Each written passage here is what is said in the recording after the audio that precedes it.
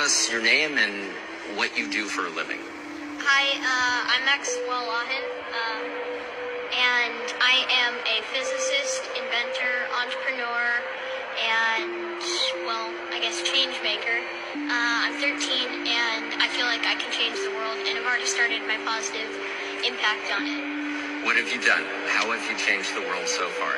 So aside from inventing a whole bunch of different stuff that probably won't matter now, but my most recent thing, which has gotten me a little bit of attention online, is my energy device, where I extract electromagnetic energy from everything around us and convert it into electrical energy. In other words, a stream of unlimited energy. So, you know. So, do you think you can solve our energy crisis here on planet Earth? I believe I will, and I believe I already have solved the main problem. Now it's just a matter of, getting this out there. And what do you need to be able to get this out there? You just need somebody to watch this video and say, here's some money, or what do you need? Well, all I can think of really is support, Throughout history, people like me have been prosecuted and killed, murdered, and a lot of other very horrible things. And if I have support from a lot of people, I don't think that that will happen in our modern day and age. We're a little bit too civilized for that. So all I'm saying is that if you think the world should be a better place too, then, support. Okay, so we started off by talking about my book, E equals MC squared, and the new definition of God, and you told me that you had already come to the same conclusion 3 years ago, and that my book was a dumbed-down version of your theory, which I think it's clearly the case. What is God? So, we're in the United Nations. Yes, and people walking around down in the basement here. Go ahead. What is God? Okay, so a lot of people think God is, quite in the biblical sense, a guy sitting up on a cloud who controls the universe, frankly, and has created all life. But my definition of God is not like that. I don't believe God is a person or entity.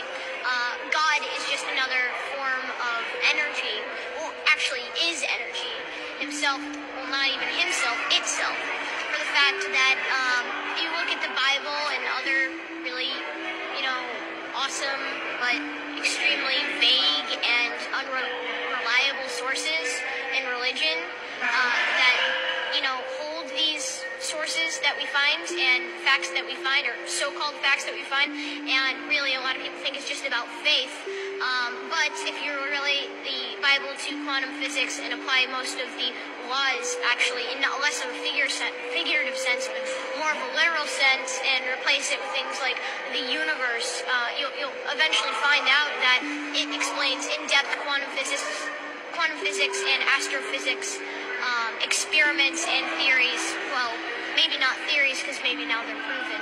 Who knows? Maybe the Bible isn't a story of something that happened on Earth, but maybe a story of how our universe began. For the fact that, honestly, I don't really buy into the literal biblical sense, like, God is literally a guy who looks like us, who sits up in an alternate realm that's in our clouds and, watches over all of us. But I guess you could say that he's an energy form that created all, is all, and is everywhere and nowhere at the same time. God, or energy, lives within us, through us, and is us, frankly. So you said that God is the energy that is in us, created us, and is us. Is that your definition? Yeah. I don't want to put words in your mouth. Sort of, yeah. God is energy. That's my thing. And I mean, you look at dimensional theory, and eventually we have, a singularity at the beginning of the universe that is energy. And then, eventually that begins to slow down in vibration due to entropy or some other law of that sort. And then, first you get photonic light, and then that slows down, and then we get matter, and then that slows down, and then who else knows what comes next? We have gravity, and then we have time, all coming in at one sense. I mean, does that sound like origin story to you? It kind of does a little bit to me, but, maybe that's just a coincidence. Maybe these philosophers, or unreliable monks, we call them, that lived up in the mountains and wrote this weird book that doesn't have any factual evidence behind it, maybe they were quantum physicists ahead of their time, and maybe they're just trying to tell people, who lived crazy long time ago that there is an entire new quantum world out there. But, education wasn't too good back then, so I guess they had to simplify intense quantum physics to something that a 5-year-old could understand. That's the Bible, right? So you're saying people who believe in the Bible as written, as the Bible conventionally, are kind of like 5-year-olds? Well, 500 years ago? No, sorry, 1,000 years ago, probably.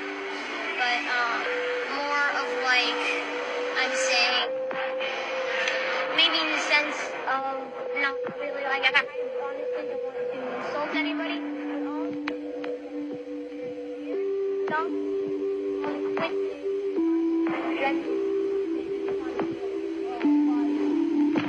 For your life. So, just saying that it's a coincidence. It's not fact. I'm not saying anything's anything. I have a very religious grandmother, so, I have to tell you, I let you kind of struggle with this because I realized the question was a little bit perhaps impolite to some people. And the way you handled that was a way that my political and business clients, if they did it as well as you, I'd be incredibly proud. So the bottom line is that we keep evolving, right? And the Bible was written in different ways to interpret it. Now, you said something about the Bible and using the letters going backwards in the Fibonacci theory. Can you explain that? Because that's amazing. In certain parts of the Bible, you can get literally, if you convert the letters to numbers. Speak a little louder. The Fibonacci sequence, if you invert, of course. But in certain important parts of the book, you'll take certain parts out and you'll get numbers, which seem random, but they're actually frequencies of resonance that line up with what's called the Fibonacci spiral. And the Fibonacci spiral is kind of weird for the fact that it's called literally God's thumbprint, which is a little bit weird considering that we have spiral galaxies, spirals in our thumbs, spirals in our ears. Literally, almost every organism on the planet or object we have found has had some sort of reminiscence of Fibonacci in it. And I don't know, it's called God's trademark or God's thumbprint, but I don't know.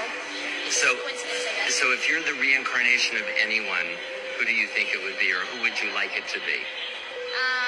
I honestly think that I'm Max Lawton, and that's who I am. So I'm going to say Max Lawton. But I'm very proud of and I'm quite a big fan of Nikola Tesla. I mean, I'd like to be the reincarnation of him, but honestly, I think I'm just a student of his many teachings. That's amazing. What's the favorite thing that he has invented or theorized about for you? Honestly, I really like his work with electrostatic pulses when he harnessed Tesla coil powers and used it to wirelessly transfer energy through people, around people, and how he could light himself on fire but not be hurt by it, and that was pretty crazy. So I really like that.